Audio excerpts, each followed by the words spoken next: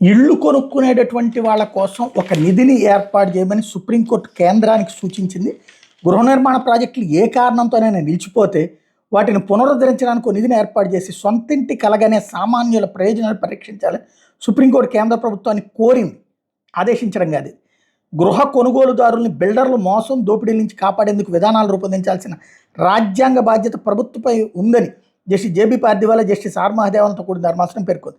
Real estate నియంత్రణ ప్రాధికార సంస్థ రెరా అధికారులు కోరలేని పులుల్లా మిగిలిపోరాదని, ఆ సంస్థల ఆదేశాలు సత్వరం అమలయ్యేందుకు కావాల్సిన మౌలిక సదుపాయాలు కల్పించాలని ప్రభుత్వాన్ని కోర్టు ఆదేశించింది.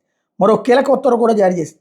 కొనుగోలుదారుడు ఆస్తి విలువలో 20% చెల్లించిన తర్వాత కొత్త హౌసింగ్ ప్రాజెక్టులకు సంబంధించిన ప్రతి రియల్ ఎస్టేట్ లావాదేవీని స్థానిక రెవెన్యూ యంత్రాంగం వద్ద రిజిస్టర్ చేయాలని కూడా న్యాయస్థానం పేర్కొంది.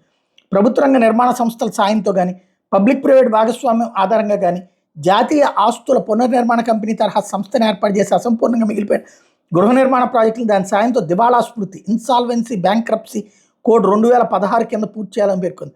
అలాంటి ప్రాజెక్టులు అమ్ముడుపోకుండా మిగిలిపోయిన గృహాలను ప్రధానమంత్రి ఆవాస్ యోజన కింద వినియోగదారులకు చౌకగా అందించడం, ప్రభుత్వ అధికారులకు వసతి సదుపాయంగా వినియోగించడం చేయాలని పేర్కొంది.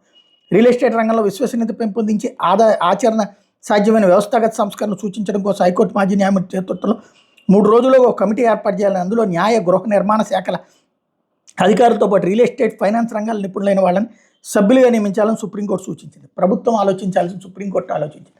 అనేక చోట్ల మేము 1000 ఫ్లాట్లు కడుతున్నాం, 500 ఫ్లాట్లు కడుతున్నాం, 300 ఫ్లాట్లు కడుతున్నాం, 2000 ఫ్లాట్లు కడుతున్నాం అంటున్నారు. డబ్బులు మీరు ఒక 5 లక్షలు కడితే మీ పేరుని రిజిస్టర్ అవుతుంది, ఆ తర్వాతన మీ ఏడాదిలో మీకు ఇస్తాం, ఇట్లాంటి ఆ తర్వాతన బిగిన్ అయ్యాక ఏం సమస్యలో అర్థంగా ఉన్నట్టుండి ఆగిపోతాయి. డబ్బులు మనం కట్టేసి ఉంటాం.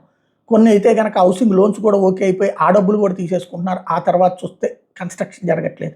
ఇటు వీళ్ళేమో కిస్తీలు కట్టుకోవాలి, అక్కడేమో ఇల్లు పూర్తి కావట్లేదు. వీళ్ళు ఎవరికి చెప్పాలి అంటే వీళ్ళ దగ్గరికి వెళ్తేనేమో పోలీసుల దగ్గరికి వెళ్తే రెరా వాళ్ళ దగ్గరికి వెళ్ళి మాకు సంబంధం లేదు, రెరా వాళ్ళేమో వాళ్ళకి నోటీస్ ఇచ్చామండి అంటారు. ఎవడు మరి అక్కడ బాధ్యత? రెరా చట్టం ఉంది, వాళ్ళేం పోలీసులు కాదు. ప్లస్ వాళ్ళేమి ఈ బిల్డర్ దగ్గర ఆస్తి సీజ్ చేసి కట్టించేవాళ్ళు కాదు. ఇలాంటి అంశాలు రెరా చట్టం తీసుకొచ్చిన ప్రభుత్వం ఆలోచించి ఉండాల్సింది. ఇప్పుడు పార్లమెంట్లో చట్టాల మీద చర్చ జరగకుండా అరుచుకుంటూ కేకలేసుకుంటూ మూజువాణి ఓటుతో ఆమోదించేస్తున్నారు. దాంతో ఇలాంటి సమస్యల పరిష్కారం లేకుండా పోయింది. చివరికి న్యాయస్థానపు జోక్యం తప్పనిసరి అవసరమవుతోంది.